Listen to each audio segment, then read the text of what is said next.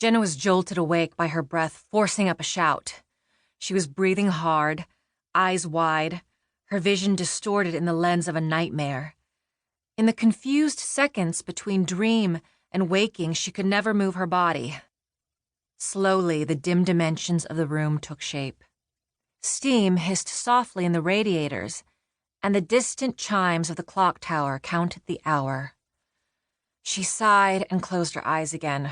Her hand was at her neck. It was there, the thin silver necklace with a tiny silver tiger. It was always there. She threw off the duvet, feeling the chill air settle on her perspiring body like a linen veil. An indent formed silently next to her on the bed. Amber-green eyes made mirrors in the faint light. Cat had materialized from nowhere, another dimension, as if summoned by the chimes. "Hey," she said, stroking his head. The clock radio switched a digit.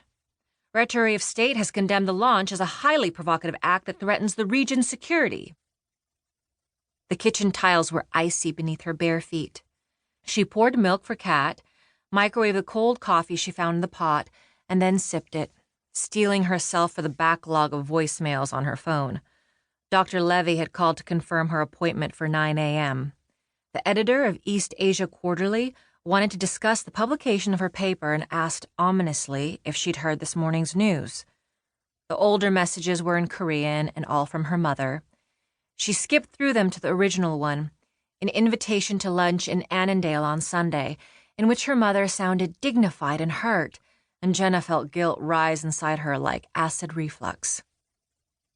Cradling her coffee, she stared out at the gloom of her yard, but saw only the bright interior of her kitchen reflected in the window. She had to force herself to accept that the hollow-eyed, underweight 30-year-old staring back at her was herself. She found her sneakers and running pants in a heap beneath the piano stool, tied her hair back, and headed out into the cold on O Street, meeting the mailman's unsmiling stare. "That's right, buddy. I'm black and I live in this neighborhood." She started to run through the half-tones beneath the trees, down to the towpath. Georgetown had a Sleepy Hollow feel this morning. A chill nor'easter carried leaves across a brushed steel sky. Pumpkins leered from windows and doorsteps. She was sprinting before she'd even warmed up, the breeze from the canal blowing the bad dream from her hair. The man gave a weary smile. "We won't get anywhere if you won't talk to me." Beneath the coaxing, Jenna sensed the bedrock of his boredom. On the notebook resting on his knee, he'd succumbed to a doodle. She was focusing on a pastry crumb lodged in his beard just to the right of his mouth. "You say it's the same nightmare?"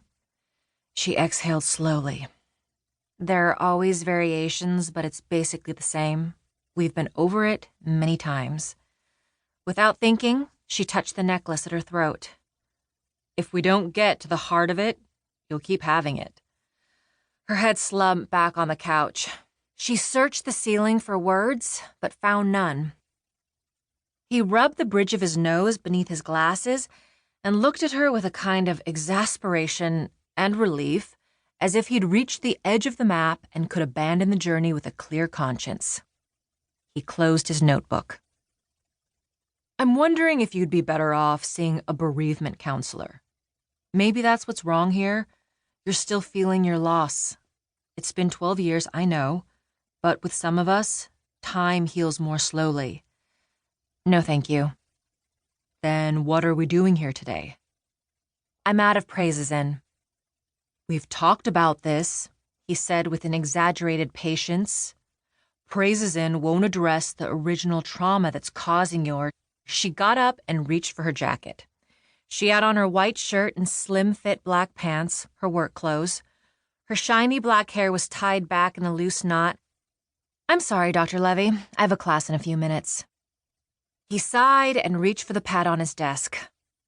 "All my patients call me Dawn, Jenna," he said, scribbling.